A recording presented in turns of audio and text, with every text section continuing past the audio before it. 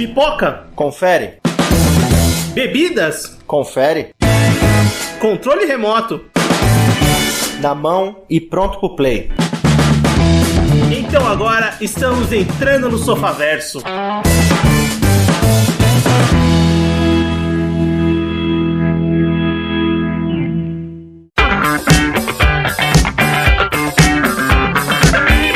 Muito bem, Sofaverso começando. Voltamos para mais um episódio do seu podcast e hoje o tema é péssimas franquias, grandes negócios. E para conversar sobre isso, eu tô com o Everton. Fala, pessoal, e vamos perceber um padrão nessas franquias, hein? Gostaria que eu fiquei curioso. Eu tô com o Anderson. E aí, pessoas? Todo mundo bem? Vocês estão bem? Vocês dois? Tá tudo tranquilo? Tamo bem. Demorou. Então, cara, já que vocês estão bem, a gente vai ficar meio azedo falando de como algumas pessoas dão dinheiro pra porcaria, como as pessoas gostam de jogar dinheiro fora. E os produtores desses filmes também estão bem felizes, por isso que essas franquias existem. Ah, então, sim, ele só tem dinheiro porque tem trouxa que gasta dinheiro com isso, sabe? Aí é aquela máxima de que um otário e um malandro saem de casa e se encontram na rua. Aí você já sabe o que acontece. Qual que é o nível da minha trouxice baseado nos filmes que eu vi no cinema dessas franquias que a gente vai comentar aqui? Porque eu vi alguns no cinema, alguns um bom número na real. Que chega a ser vergonhoso, viu, cara? Eu vi sim, mas bem, vamos conversar de péssimas franquias, grandes negócios. Vamos falar dessas franquias, ou algumas franquias gigantes no cinema que fizeram muitos milhões de dólares, fez bastante dinheiro, são populares, mas que a gente sabe que os filmes são bem ruins, né? Porque tem a velha máxima de que é difícil sustentar uma franquia no cinema, né? Fazer uma franquia com todos os filmes bons, ou a maioria dos filmes bons. Mas tem franquias que basicamente são todos os filmes ruins, né? E fazem muito dinheiro, né? Isso é o que mais tem. E, curiosamente, tem algumas que tem filmes muito marcantes e depois é uma queda sem fim, cara, em direção ao abismo. Sim. E, bem, antes da gente começar, primeiro ponto. A gente selecionou franquias que tem a maioria dos filmes, ou boa parte, né, de críticas ruins, e também filmes que a gente considera, franquias que a gente considera ruins do que a gente assistiu, né? Logicamente, não consigo assistir todos os filmes das todas as franquias que a gente comentar, mas que a gente considera ruim. Se a gente falar aqui uma péssima franquia que você é muito fã, não fique ofendido, ouvinte. Acontece. Entenda que cada um tem a sua opinião e todo mundo tem direito de estar errado em gostar dessas coisas. Só um adendo, pra ficar claro, como o ouvinte bem já sabe, a gente não vai falar de X-Men, porque a gente já falou sobre a franquia X-Men como um todo no episódio 18. É verdade, participação do Alan e do Washington lá do Procurando Bitucas, a gente conversou sobre uma franquia. Aliás, o primeiro filme do reboot do X-Men, vamos dizer assim, o reboot, esqueci, o que é dos anos 80. First Class faz 10 anos, em 2021, saiu em 2011. Mas bem, vamos começar então. Eu acho que a gente, pra ilustrar bem o que a gente quer dizer, ouvinte, do episódio, eu acho que a principal franquia que vem à cabeça imediatamente, pelo menos de nós três, conhecendo a gente e o gosto de cinema de nós três aqui, é Velozes e Furiosos, que é uma das franquias mais bem-sucedidas da história do cinema. É um negócio bem absurdo. Franquia lá que começou em 2001. Nossa, 2001. Aliás, fazendo um aniversário fechado, né? Agora em 2021. É quase uma homenagem, vamos dizer assim. Tudo calculado. Um filme que é protagonizado pelo Vin Diesel e pelo Paul Walker, né? Paul Walker até ele morrer, né? Obviamente, depois não dá mais pra ele participar. E, bem, começou em 2001 com um filme mais básico, com um orçamento de 38 milhões de dólares, e a primeira arrecadação mundial dele, do primeiro filme, foi 207 milhões de dólares. Então foi um filme que fez muito sucesso na época e, consequentemente, gerou continuações de uma franquia. Ao todo, Velozes e Furiosos já tem 8 filmes da sua história regular, e tem um derivado, já que é o Hobbs and Shaw, que foi o último filme que saiu em 2019. Então são 9 filmes em total. Aliás, lembrando que Velozes e Furiosos foi um dos primeiros grandes blockbusters a ser adiado pela pandemia de Covid-19, né? E vai sair agora em 2021. Esse 9º filme da franquia, que é um dos últimos. Eu não sei quantos exatamente vão ter, os produtores já confirmaram. Enfim, franquia da Universal Pictures, que tem um orçamento estimado de todos os filmes lançados até agora de 1 bilhão e 200 milhões de dólares, para um faturamento, uma arrecadação mundial de todos os filmes de 6 bilhões 233 milhões e 500 mil dólares. Isto é, a franquia já gerou para a Universal Pictures um pouco mais de 5 bilhões de dólares. É uma franquia, assim, arrebatadora de muito sucesso. O que eu não consigo entender por quê, cara, honestamente.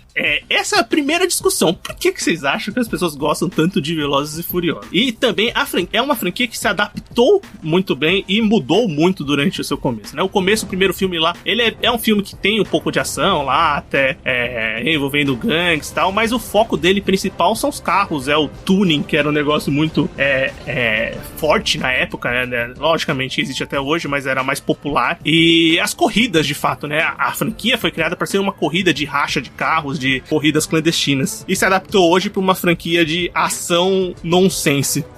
Eu acho que esse talvez seja o primeiro fator que atraiu muito o público pros filmes posteriores, né? Porque Velozes e Furiosos foi de uma franquia de corrida de carro, certo? Que tinha a parte da ação, do policial infiltrado e tal, mas o plot básico era a corrida de carro, né? E pra virar uma série de super-herói, né, cara? Praticamente. Porque alguns, né? É quase uma equipe paralela aos Vingadores. E no meio disso tem o filme 3, que é um anime, tá ligado?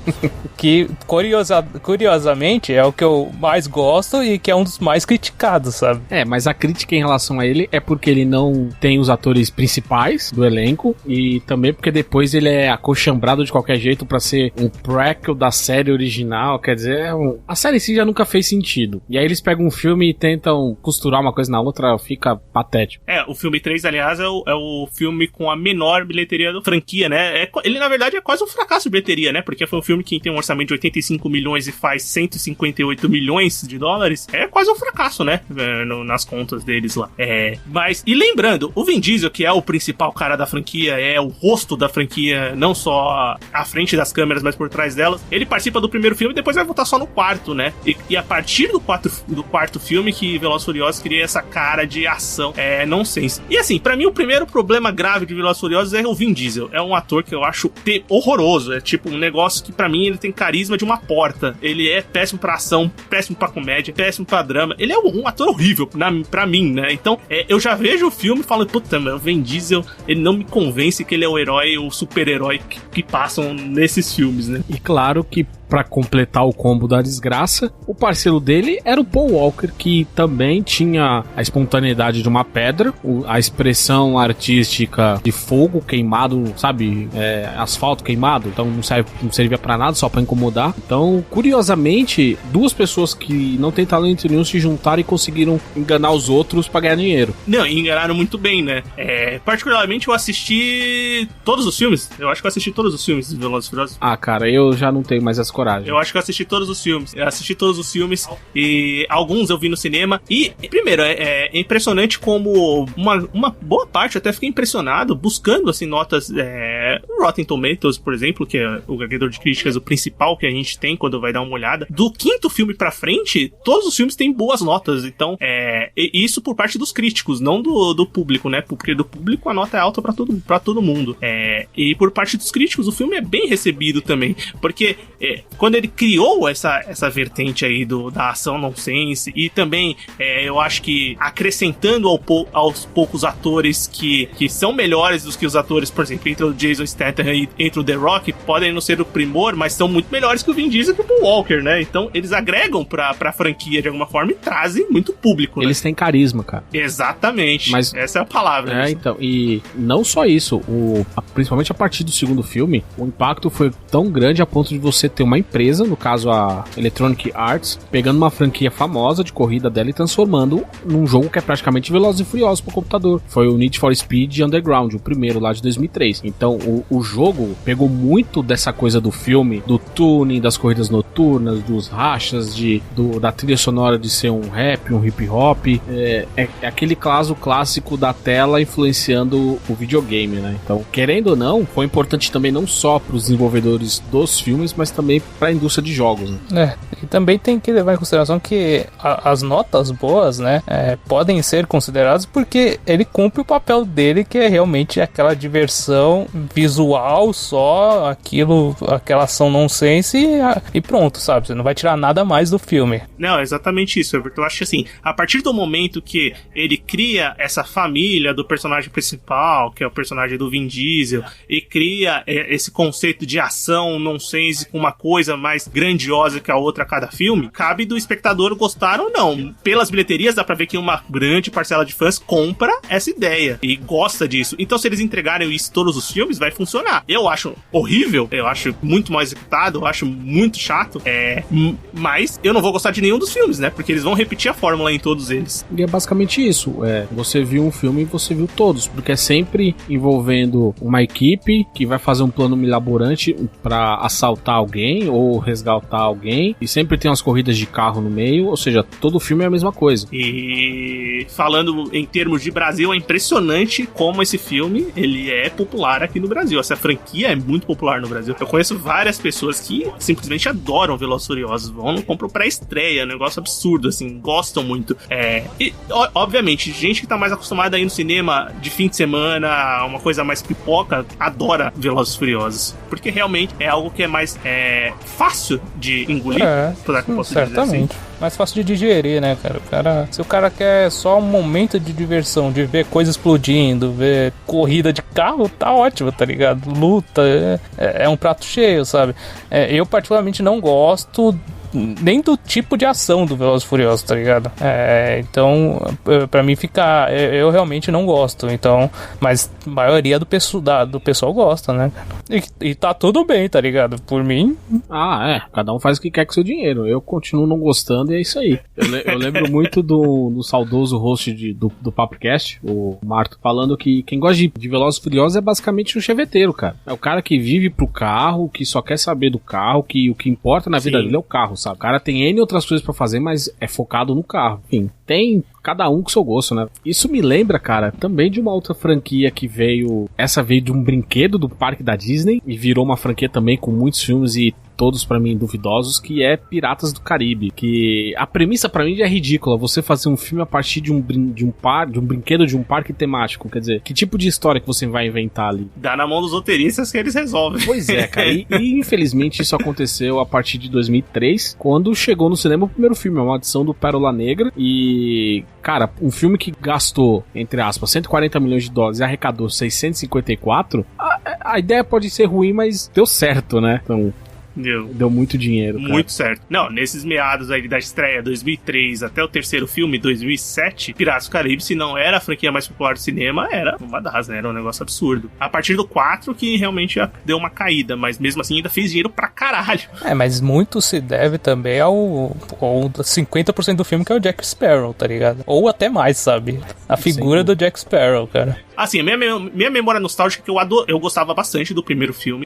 Tanto que é o filme que tem melhor nota de crítica, né? 79% de aprovação do Rotten, que os críticos mais gostam. A minha lembrança, o primeiro filme era bom, o segundo filme era legal, o terceiro filme quando eu acompanhava a franquia, eu já não tinha gostado. E eu nunca assisti o quarto e o quinto filme, nem cheguei a assistir. O quarto é ruim, o quinto eu nunca vi também. Só que, bem, o sucesso da franquia, o que o Everton falou pra mim é primordial, é você criar um personagem diferente do Velozes e Furiosos, que pra mim não tem nenhum personagem carismático. Nesse, tem o Jack Sparrow. O Jack Sparrow você ama ou odeia, mas ele é um personagem que de alguma forma marcou. Não, até o mesmo o Will Turner do Orlando Bloom também, cara.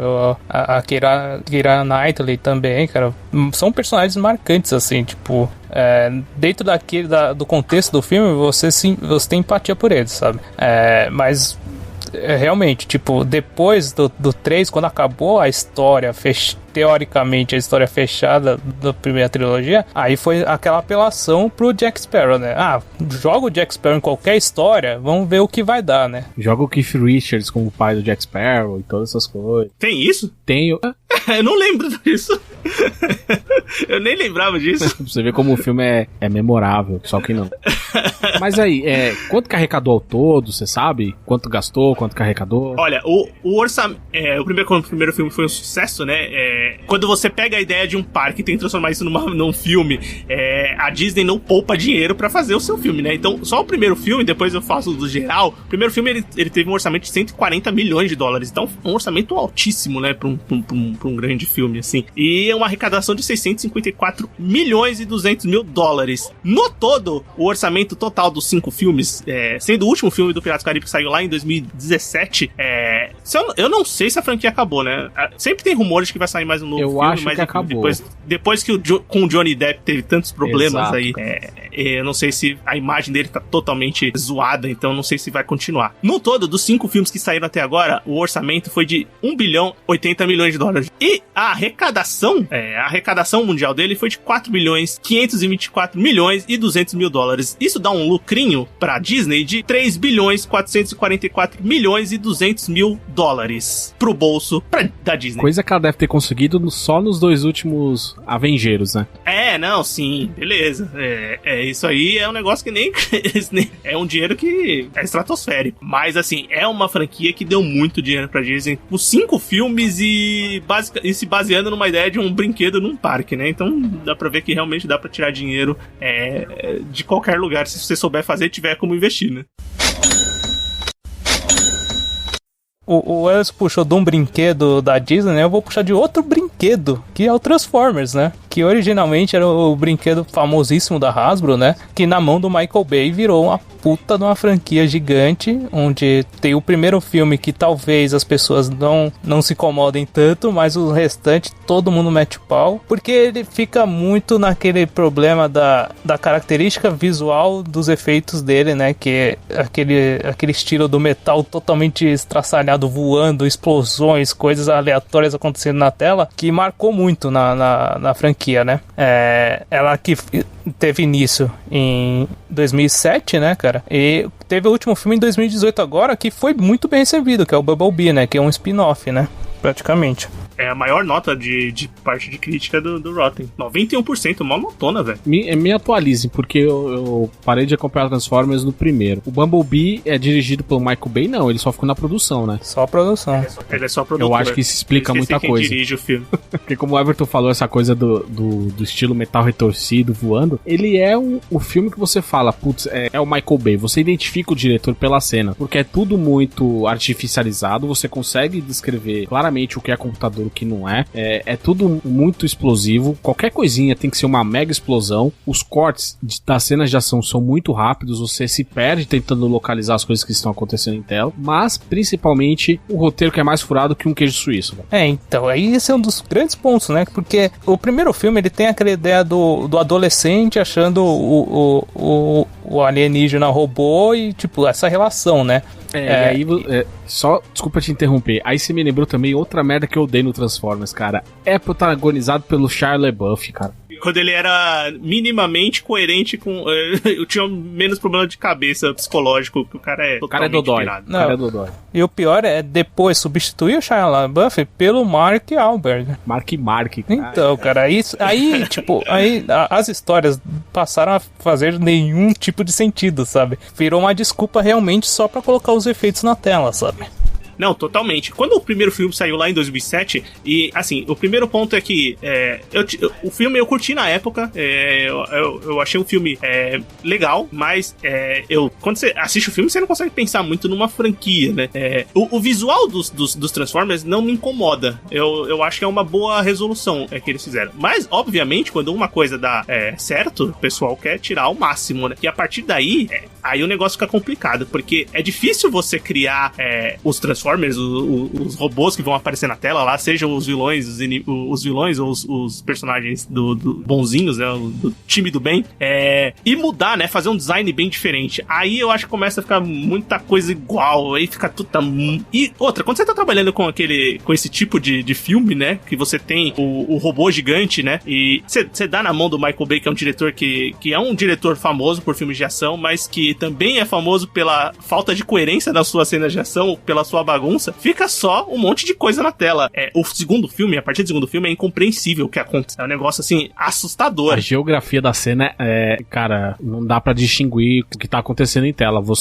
Acontece uma coisa e corta, você já perdeu a sua localização em cena, sabe? Da onde que as coisas estão vindo. Mas outra coisa que me irrita também é o problema sério do Optimus Prime na série. Porque ele fala 1 milhão de vezes pelo filme: eu sou Optimus Prime, líder dos Autobots. Parece o Punho de Ferro essa porra. Ele fala mesmo bastante, né? Eu assisti a 3 filmes. Os 3 primeiros filmes do Transformers eu assisti.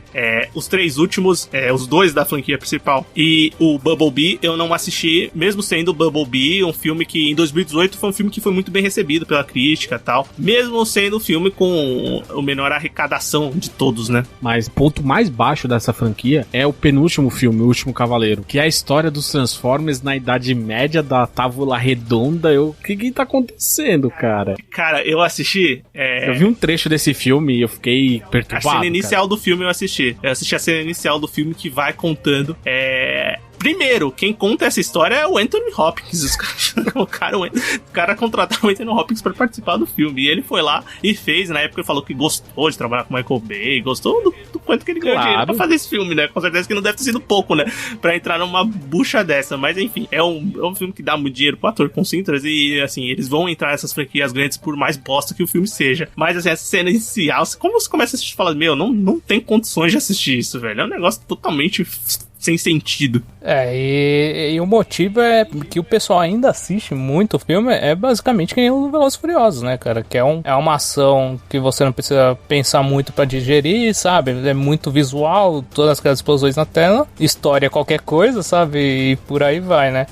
Só pra completar, né, o filme, ele teve um orçamento estimado, os filmes, né, todos os filmes combinados, né, de 1 bilhão e 72 milhões, e com uma arrecadação de 4 bilhões 846 milhões e 200 mil dólares, né? E com um lucro aproximado de 3,7 bilhões, né, cara? Então, tipo, é que nem o que a gente fala, né? Ele é um baita sucesso comercial, né? Mas como obra cinematográfica, qualquer coisa, né? Cara, e como obra cinematográfica genérica, mais pastel possível, eu só consigo me lembrar da saga Crepúsculo, cara. Que... Ai, cara... Essa eu não vou poder optar muito, porque eu consegui assistir meia hora do primeiro filme. Foi o máximo que eu consegui. Vi 10 minutos do primeiro filme, eu falei, não vou ver essa bosta. A gente podia ter o Ivaldo no podcast, porque ele foi obrigado a assistir todos os filmes, né? Porque muitos foram obrigados a assistir os filmes, porque as esposas ou relacionamentos adoravam o Crepúsculo, que foi um sucesso absurdo, né? Tanto os livros quanto os filmes. Porque a ideia do Crepúsculo, ele veio naquela onda dos filmes do Harry Potter, misturando monstros, seres humanos, misturado com aquela coisa vampiresca que tava ressurgindo a partir dos anos 2000, sabe? Que veio muito com Underworld, por exemplo. Apesar de ser também outra porcaria de franquia. Mas ele veio aproveitando esse hype, e aí ele também aproveitou outro hype que eu odeio, essa maldição de pegar o último filme e dividir em 2 partes, cara. Que veio no Harry Potter e aí veio no Crepúsculo. Por quê? Crepúsculo é baseado numa série de livros. São 3 livros. E aí eles pegaram o último filme, o último livro, e dividiram em 2 filmes, que era pra poder arrecadar mais dinheiro e torturar mais as pessoas.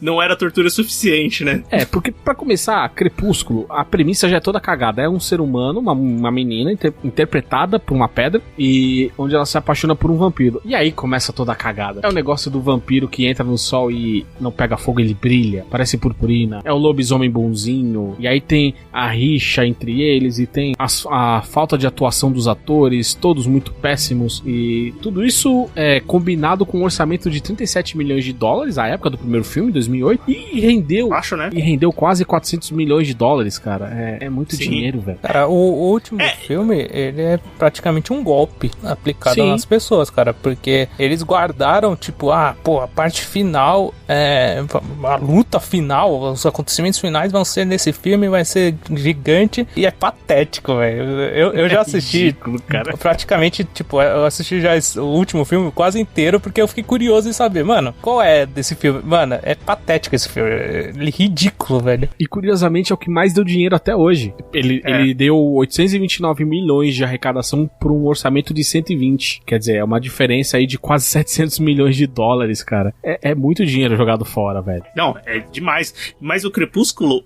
a saga do Crepúsculo é uma das sagas criadas pro cinema e, assim, obviamente ninguém vai pega uma saga famosa em livros, né, que tem um bom público de leitores e leva pro cinema achando que vai dar ruim, né? Mas é aquela saga programada sabendo que vai ter retorno. As pessoas vão, pelo menos o primeiro filme, elas vão conferir pra ver se vai valer a pena continuar ou não assistindo e se a adaptação vai ser boa.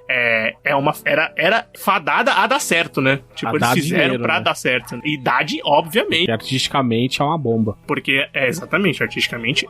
Eu acho, assim, o problema pra mim também desse filme, além de ter atuações horrorosas, da história ser péssima, do que eu assisti, do que eu conheço, boa parte do segundo filme eu vi também, né? Porque muitas vezes a gente tá passando e tal, e eu já cheguei a assistir.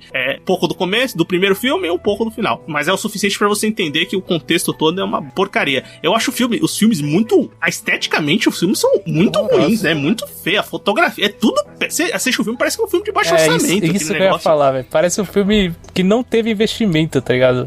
Eu acho bem tosco, velho. Até os efeitos, beleza. Os efeitos tem uns efeitos que são bem feitos, mas tipo... Nossa, o B não, mas pera. Aí quando... do último filme. Então, aí que chega no último filme, na parte final da batalha, é ridículo o que os caras fizeram, tá ligado? Praticamente. É vergonha alheia. É vergonha alheia. O negócio é horroroso. E quando você tem ator que tá fazendo filme e tem vergonha de falar, cara, se você participa de uma franquia que lucrou no cinema quase 3 bilhões, né? 2 bilhões 958 milhões e 700 mil dólares foi o lucro total dos 5 filmes da franquia. O Robert Pattinson tem vergonha de falar que participou de Crepúsculo. Quando pergunto pra ele, você tem que ver a cara dele. É tipo, beleza, tipo, participei lá daquele filme, não gostava. Não gosto do filme. Mas não ficou com vergonha do dinheiro, né? Ganhou muito dinheiro.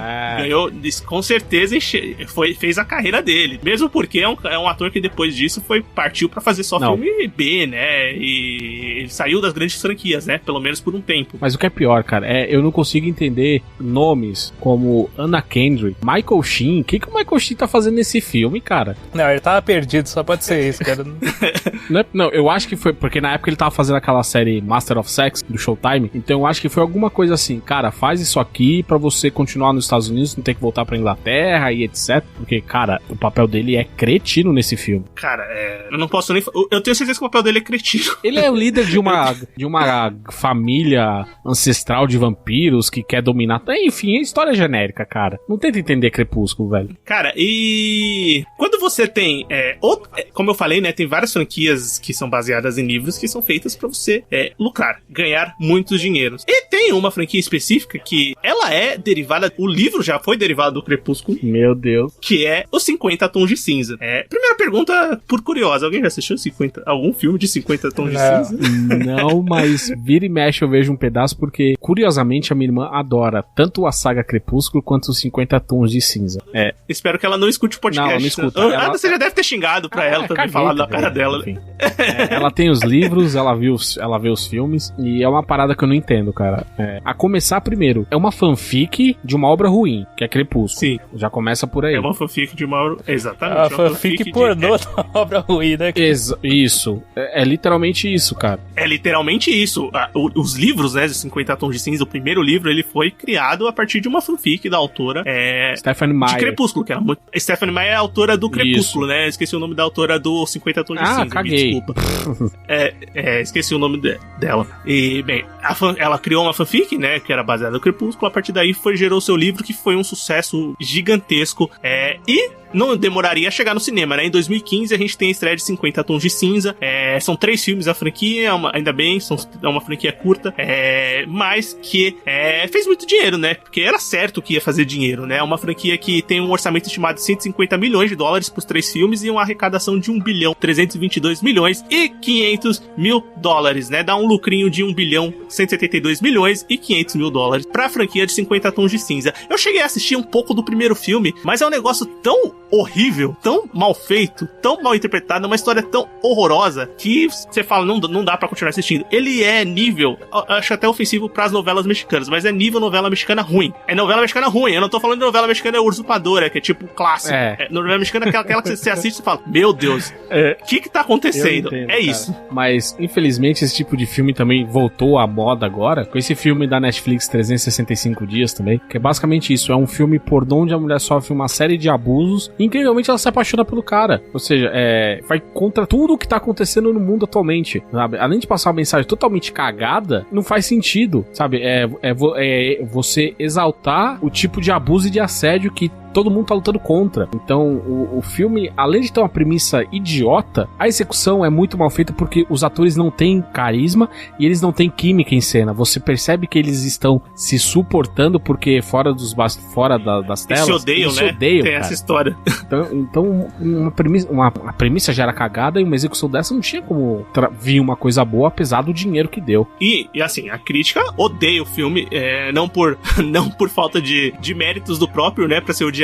Ele tem, são 3 filmes, então é coisa rápida. Primeiro filme, 25% de aprovação no Rotten. Os outros dois é 11% pra cada um. Eu acho que pegaram 22%, dividiram pra cada, pra cada isso, filme, cara. porque é o que dava pra dar, entendeu? Porque, cara, é muito mal recebido. Eu acho que foi pior. Já tem um quarto livro desse filme.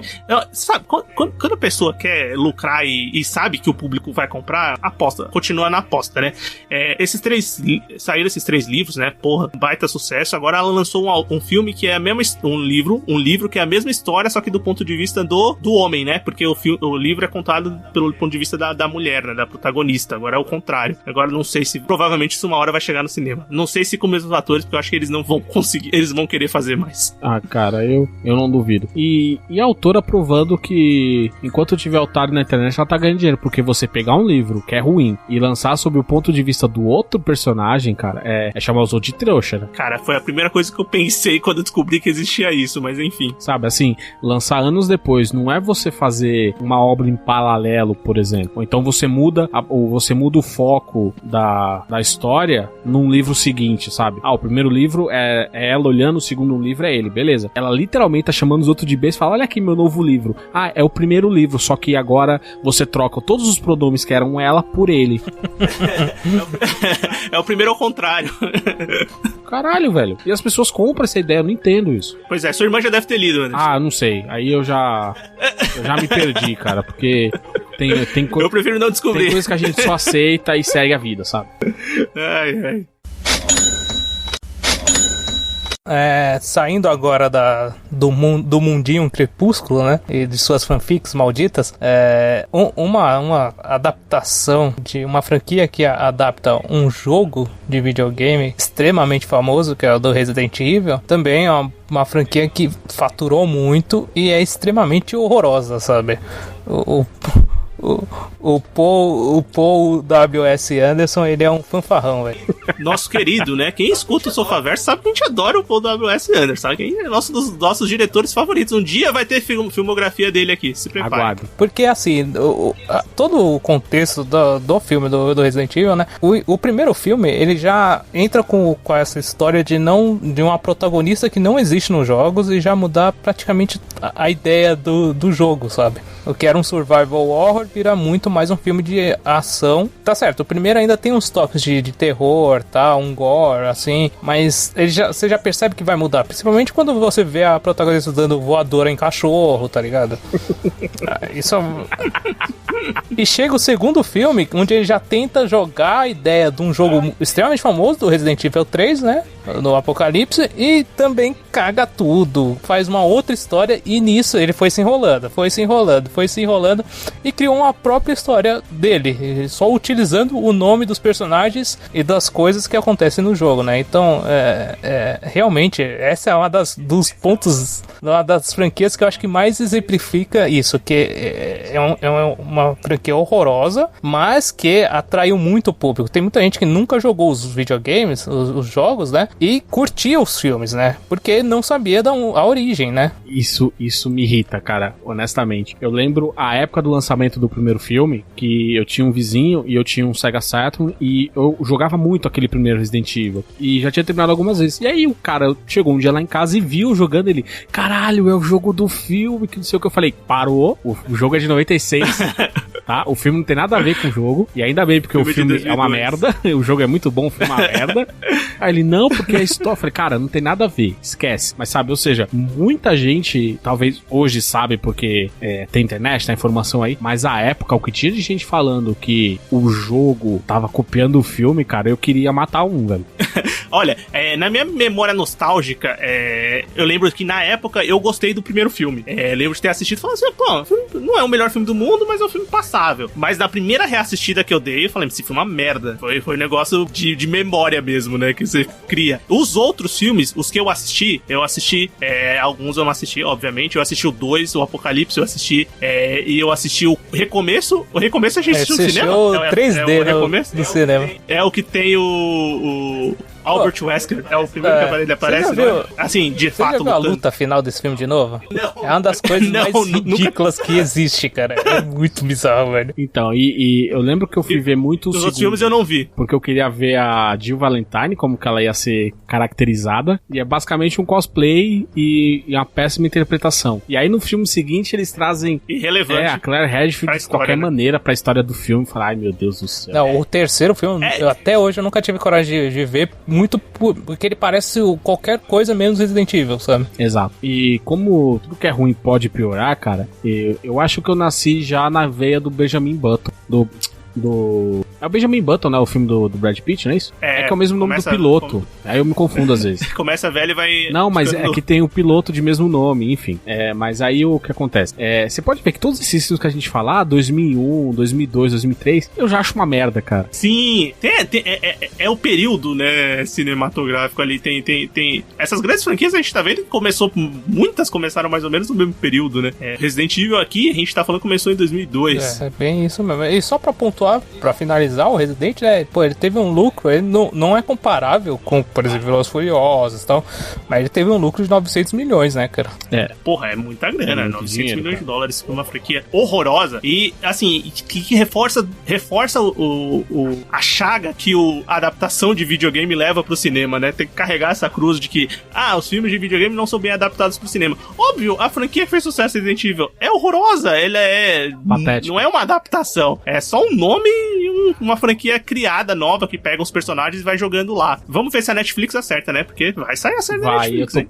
Eu não sei, cara. Eu fico dividido entre a Netflix que me traz um set de Chicago, mas a Netflix que traz aquele filme que a gente falou agora há pouco, os 365 dias. Então eu não sei o que pode acontecer. Bem, existe e acabou. Só um comentário pra finalizar. Ela deu um lucro de 944 milhões aproximadamente, o que prova a incompetência do Paul W.S. Anderson. Porque Crepúsculo tem 4 filmes e deu 3 vezes mais dinheiro. Ai, cara, olha, eu acho que se for pra escolher uma franquia, fala assim, você vai ter que escolher. Então você vai assistir Crepúsculo ou você vai assistir Resident Evil, a franquia. Eu assistia Resident Evil sem pensar. Eu assistia Resident Evil sem pensar 2 vezes, assim, facilmente. Ainda pagava, falava, tá, você quer um dinheiro? Você quer o troco? Eu pago, porque no Crepúsculo não dá, velho. Porque é lamentável. Bem, já que a gente tá falando desse mundo de... Bem, é um filme de ação, né? Resident Evil podia pegar muito bem a parte do terror, mas é um filme de ação com terror, né? Mas as franquias o terror, de terror... Desculpa. O terror é assistir o filme. É isso que eu ia falar, o terror são os roteiros, velho. Os roteiros são pavorosos, direção pior ainda, mas enfim, tem gente que acha que o Paul W.S. Anderson é genial. Mas bem, as franquias de terror são franquias que têm essa coisa de... que são franquias com muitos filmes, a maioria ruim, mas que dão muito dinheiro, né? Tem uma franquia também desse meados de começo dos anos 2000 que é uma das principais franquias do terror em termos de lucro, né? Gerou muito dinheiro, gerou muitos filmes, que é a franquia Jogos Mortais. Uma franquia que começou lá em 2004 e também, primeira coisa, foi um filme que a crítica dele é 50% e tal, mas é um filme de baixíssimo orçamento, 1 milhão, eu achei, 1 milhão e 200 mil é muito pouco orçamento, mas é um filme que, quando você assiste, também não tem muito o filme é praticamente o que ter, né? Sala só o que acontece, sabe? E também trouxe pro cinema, revelou James Wan, né? Esse filme, ele pode até não ter uma crítica muito positiva, assim, tal, mas ele é um marco pro cinema de terror, tá ligado? E eu não acho um filme ruim, eu acho um filme bom. E a maior parte desse orçamento foi pra pagar o Danny Glover, né, cara? Pode ser, provavelmente.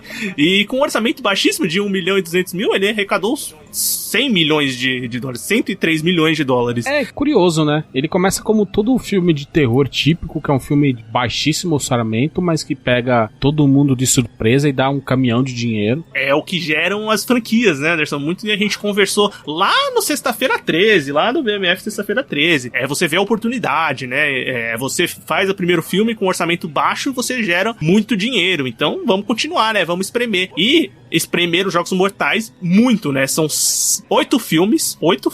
Lembrando que vai sair, que teve um filme adiado em 2020, né? Que é um filme que vai ser protagonizado pelo Chris Rock, que é no mesmo universo dos Jogos Mortais. Vai sair esse ano, 2021. Se eu não me engano, o nome do filme é Spiral. Isso que é um plot twist. Uma coisa assim. tem isso. Cara, e é uma franquia que eu particularmente não assisti. Eu assisti 2 filmes no máximo. Acho que assisti o primeiro e o segundo. Os outros filmes eu ignorei, porque não é o tipo de terror que eu gosto, que é o terror que eles fazem aqui, que é o terror de gore, né? O filme é baseado em você criar jeitos novos de matar as pessoas e criar esses jogos, né? Logicamente, tem a questão do... Só pra terminar, do gigasal, do enredo, descobrir quem é o assassino e tal. Enfim, tem essa história, né? Nossa, alguém me atualiza aí rapidinho. No primeiro, que eu vi o primeiro na época, depois não vi mais. No primeiro, o Jigsaw já tava morrendo de câncer? Já. Ah, tá. Então o cara levou 13 anos e ainda tava vivo. Caralho, esse câncer é foda. O câncer dele era fraquinho, tá ligado? Meu Deus.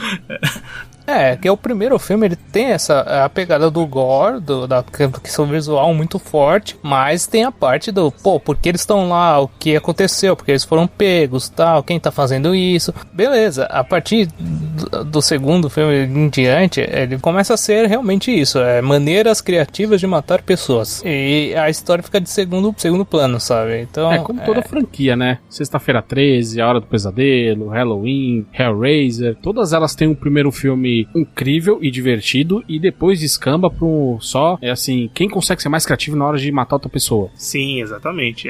E é o tipo, os Jogos Mortais, ele criou basicamente o tipo de... não sei se criou, mas popularizou com certeza nesses meados dos anos 2000, começo dos anos 2000 e depois continuamente, desse terror basicamente de gore apenas, né? A gente pode citar o The Hostel, que é o Alberic, que foi um filme que fez muito sucesso também nas épocas. Não seria nem só o gore, né? Porque o gore, tipo, o filme trash tem o gore, mas é aquela coisa, é mais a questão da tortura. Sim, em exatamente, si, né? É isso mesmo. A tortura, né? Você criar maneiras, você ver como as pessoas vão morrer na situação que elas estão passando no filme, né? E, como eu falei, o primeiro filme tem um orçamento baixo, a franquia como um todo tem um orçamento baixo, né? Pra você fazer os 8 filmes, incluindo o filme... Tem um ponto também, né? A gente comentou do 3D no Resident Evil, só pra eu ver se é mais ou menos... Porque é o boom, né, o Resident Evil 4, que é de 2010, que é aquele que a gente viu em 3D. Em 2010 também saem os Jogos Mortais 3D, né, que é o 8º filme, que eu lembro que era a conclusão da história, e é um filme 3D, e você vai ver o que vai acontecer ali pra sua cara. Enfim, a popularização do 3D... Tudo isso culpa do James Cameron, que reintroduziu o 3D no cinema um ano antes com o Avatar. Exatamente, e aí foi aquela explosão de 3D, né? E os Jogos Mortais também tem o seu 7º filme, né? Em 3D, que é a conclusão da saga, mas não é a conclusão mesmo, né? Até a Disney em 2010 lançou Toy Story 3 em 3D, sabe? E nenhum 3D, falando exclusivamente do efeito 3D, se compara ao do Avatar. O do Avatar é um primor, porque ele foi filmado todo em 3D, não foi feito nenhuma conversão em estúdio, nada. Ele é filmado nativamente em 3D. Mas os outros, cara, você percebe claramente que não faz diferença você com 3D ou não. O Avatar, ele é um filme que, se você não vê em 3D, ele é pior do que se você vê em 3D. Né? Não, sem dúvida. Que é exatamente o contrário de todos os outros. 3D é um filme qualquer nota, na real, né? Mas deu bilhão, né? Como diria o Ciro. Deu bilhão. Porra, os 8 filmes, eles têm um orçamento de 82 milhões de dólares. É um orçamento baixíssimo pra 8 filmes, né? Com uma arrecadação mundial de 975 milhões e 900 mil dólares, né? Então, a franquia Jogos Mortais tem um lucro de 893 milhões e 900 mil dólares. Então, para um orçamento de 82 milhões de dólares, é uma franquia que fez muito dinheiro. Das que a gente falou aqui, proporcionalmente é a que rendeu mais. Quase 10 vezes mais em relação ao orçamento total. E continua, né? Ainda vão espremer mais um pouco. Tá certo que muitos desses filmes que a gente tá, por exemplo, que saíram derivados dos Jogos Mortais, não necessariamente da história, mas de tipo de filme, de gênero, de ideia, morreram um pouco, né? Não é mais um tipo de terror que faz um sucesso muito grande. Agora, sabe o que eu não quero continuar mais, cara? Esse podcast, eu tô cansado de falar de filme ruim, falar de filme tranqueira. Tá difícil, né? Cara, a gente precisa descansar um pouco. Mas eu acho que já deu pra gente ter ideia de muitas franquias, né? Sim, isso daqui pode render outras conversas depois, porque a gente só falou daquelas mais que vem assim na mente logo, mas tem muita coisa, né? Eu citei... Principalmente no cinema atual, né, cara, que é isso, franquia, sabe? É criar uma franquia. Exatamente, né? Que é o que os produtores e os grandes estúdios querem fazer, né? Acertar o primeiro filme e depois moer, continuar trazendo novos derivados pra você continuar ganhando muito dinheiro. Mas dá pra ver que essas franquias, mesmo com gostos duvidosos nos seus filmes, vamos falar a verdade, mesmo com filmes péssimos, muito ruins mesmo, dão muito dinheiro e vão continuar dando, né? Tem muitas dessas que continuam e vão continuar levando o público ao cinema, obviamente, quando o cinema estiver de volta, né? Cara, querendo ou não, pelo menos das que a gente citou hoje, ainda tem um carinhozinho por Resident Evil, cara, mas é aquela, né? Gosto não vemos, gostos não sabemos, então, enfim, cada um com seu gosto e tem mau gosto pra todo mundo aqui, até pra gente. Porra, e acredita que tem muito mais franquias, né? A gente citou só algumas, tem muito. Eu falei agora umas 4 ou 5, quer dizer, o programa dá pra ter 200 horas aqui. Dá pra continuar. Mas bem, ouvinte, também se você quiser comentar com a gente, qual dessas franquias você gosta? Tem alguma dessas que a gente comentou que você fala, pô, vocês estão errados, todos os filmes são bons. Eu adoro Crepúsculo. Pode gostar, né? Tem gosto pra tudo, né? Como a gente comentou. Mas conversa com a gente. Vamos pro bloco final? Bora. Vamos. Recomendações, críticas e o que mais vier à nossa cabeça agora no bloco final. Muito bem, bloco final do Sofaverso começando. Agora é hora de a gente comentar alguma coisa que a gente assistiu, alguma coisa que a gente leu, alguma coisa que a gente escutou, que você quiser trazer pro debate, essa é a hora. Quem quer começar? Bom, uma das coisas que eu assisti essa semana, eu não assisti inteiro, mas assisti os 2 primeiros capítulos, que é o novo documentário cômico da Netflix, que é a história do palavrão, né? Minha dica. O Nicolas Cage, cara.